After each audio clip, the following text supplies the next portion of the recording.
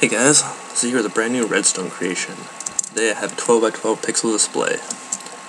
As you can see from the mini-map, it is very large when it comes to the wiring. We'll go over that at the end. So yeah, first things first, in order to draw on this thing, you're going to need a cursor.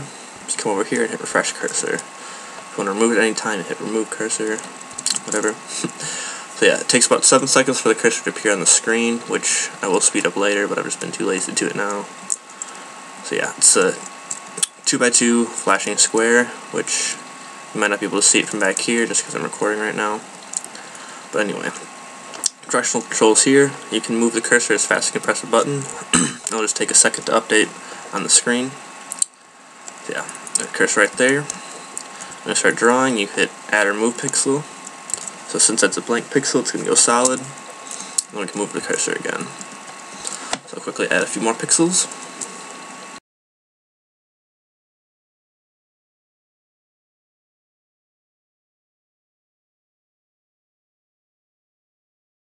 And then really quickly, just in case you want to remove a pixel, right now the cursor is right there. Say I want to remove the middle pixel, you can just move the cursor back over that square, and then hit add remove again, and it'll remove your pixel. So show that works. So anyway, let's just pretend that these 5 pixels here are the image that we wanted. We can then hit save, and then you have 6 slots here. We're just going to save number 1, and once those lights go out, your image will be saved. That's done, you can clear it, and then it will not save the cursor, by the way, so that middle pixel is not going to be saved. So yeah, the screen's cleared. Now we can go and load it. And really quickly, anytime you want to cancel the load, you can press the button again. If load's activate, you want to save, you can jump to that, then you can jump back, and then same thing, when save's active, you can hit it again to turn it off. Just for convenience sake, did the buttons like that. So now I'm going to do load 1, those lights will stay on, and then the image we just created will appear. So when it's in the load mode, you can jump between any of your saves. Jump to 3 and see your creeper face. Like so. Jump to 2 and see a space invader.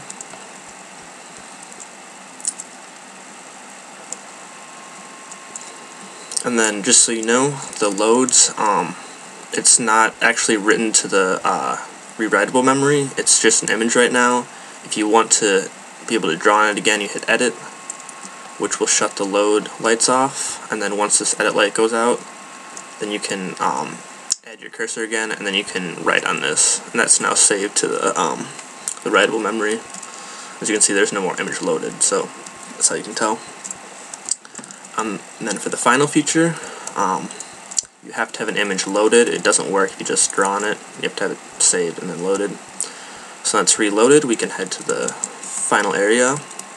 The reason this is separate is because I did this after I finished the main build. I thought it'd be cool to just add this on, which is a printer.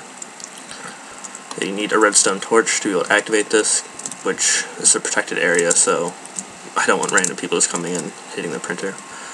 So yeah, this takes 2.5 minutes to print the image, so I will see you after that.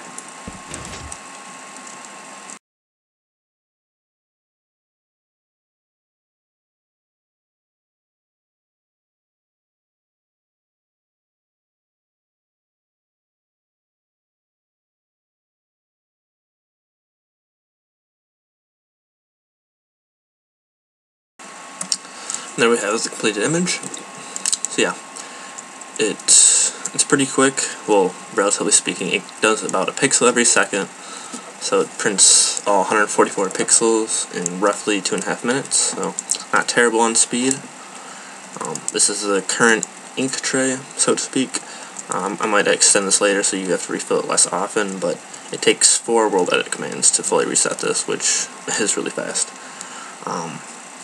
So yeah, take a quick look at the wiring. See, this is where the main screen is. So your image is still on there. This little control room. It goes into this huge mess of wiring. To quickly go over it, purple is what controls the cursor. So anytime you hit the button for the cursor, you're moving stuff over here. The red and yellow controls the display. It's the busing to the display from all this other stuff.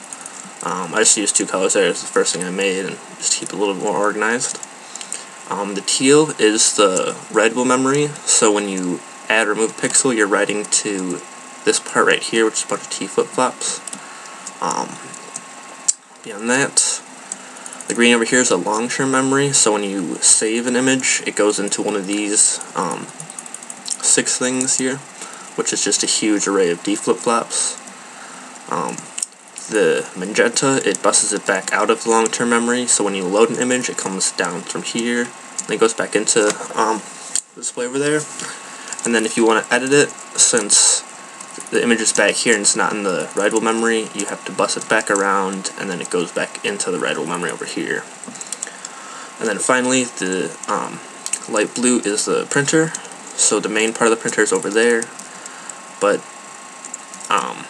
this is where the information comes out at, which is why you need to have it loaded, because if you just write something, it's going to be saved over there and not here. So yeah, when the image is loaded, it comes out over here.